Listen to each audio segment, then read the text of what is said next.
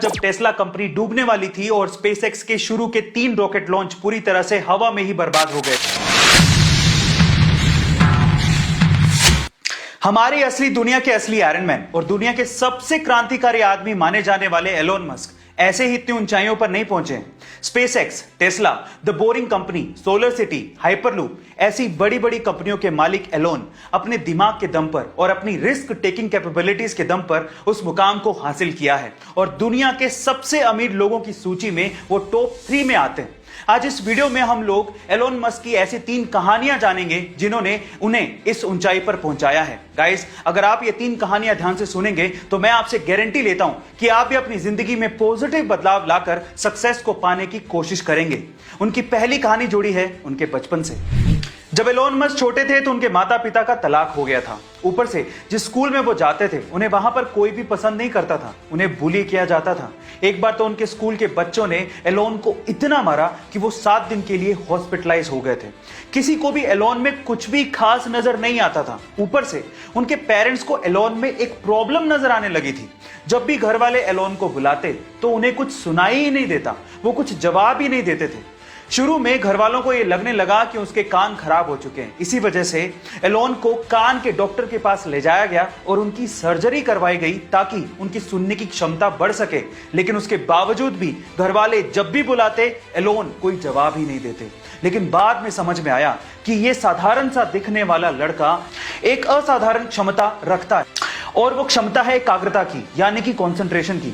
जब भी Elon Musk कोई काम करते तो वो उसमें इतने डूब जाते कि आसपास क्या चल रहा है उन्हें कुछ भी एहसास ही नहीं होता। जब वो बुक्स पढ़ते या फिर कोई काम करते या फिर सोचते तो वो पूरी तरह से अपने माइंड को कंसंट्रेट कर देते थे। गाइस, यहां पर उनके बचपन से ये बात सीखने लायक है कि जब भी आप कोई भी काम करें अपना 100% फोकस सिर्फ उसी काम पर लगाएं, आपको सक्सेस मिलेगी ही। अगली कहानी जुड़ी है उनकी टीनेज से। गाइस, बुक्स पढ़ने की आदत उन्हें बचपन से ही लग चुकी थी और पेरेंट्स तक को पता था कि अगर एलोन घर पे नहीं है तो वो पक्का घर के किसी आसपास की लाइब्रेरी में बैठकर बुक्स पढ़ रहे होंगे। उन्हें बुक्स पढ़ने की आदत इतनी ज्यादा थी कि लाइब्रेरी की बुक्स वो खत्म कर चुके थे और जब कुछ नहीं बचा तो उसके बाद उन्होंने एनसाइक्लोपीडिया तक चाट डाली थी। अपनी पढ़ाई को आगे कंटिन्यू करने के लिए उन्होंने साउथ अफ्रीका छोड़ा और वो कनाडा शिफ्ट हो गए। बाद में हायर स्टडीज के लिए वो यूएस चले गए।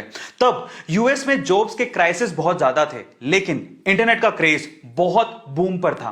तब उन्होंने अपने भाई के साथ बैठकर इंटरनेट पर कुछ करने की सोची। उस वक्त उन्होंने ये ध्यान दिया कि येलो पेजेस नाम से एक बुक आती है जिसमें छोटे बड़े जितने भी बिजनेसेस हैं वहां पर लोग इनके कॉन्टैक्ट नंबर और उनके एड्रेस को ढूंढा करते हैं। तो उन्होंने सोचा कि क्यों ना एक ऐसा सॉफ्टवेयर बनाया जाए जिसमें येलो पेजेस की जरूरत लोगों को पड़े ही नहीं और सारी चीजें उन्हें इंटरनेट पर ही अवेलेबल हो जाएं। उन्होंने कंपनी का नाम रखा Zip2 और आगे चलकर यह कंपनी इतनी ज्यादा फेमस हो गई कि कॉम्पैक्ट ने इस Zip2 नामक कंपनी को $307 मिलियन में खरीदा और एलोन मस्क 27 साल की उम्र में ही मिलियनेयर बन चुके थे। अब वो चाहते तो आगे की सारी जिंदगी बड़ी आसानी से काट सकते थे, लेकिन अब सुनते हैं उनकी तीसरी कहानी जिसने उन्हें अमीर और मशहूर बना दिया। Zip2 को सेल करने के बाद एलोन ने पूरी दुनिया में बैंकिंग ट्रांजैक्शंस को आसान बनाने के लिए X.com नामक एक कंपनी की शुरुआत की, जो कि आगे चलकर पेपल नाम से मशहूर हुई, जिसे eBay ने $1.5 बिलियन में खरीदा था। अब एलोन मस्क के पास पैसा बहुत था और अब बारी थी दुनिया को बदलने की। इसीलिए एलोन मस्क ने अपने पैसों को ऐसी कंपनीज में इन्वेस्ट किया जो कि फ्यूचरिस्टिक आइडिया थे, लेकिन लोगों को ये आइडियाज बेकार लगते थे। जब एलोन ने इन कंपनीज में अपना पैसा डाला तो लोग उन्हें पागल और पैसा बर्बाद करने वाला कहने लगे थे।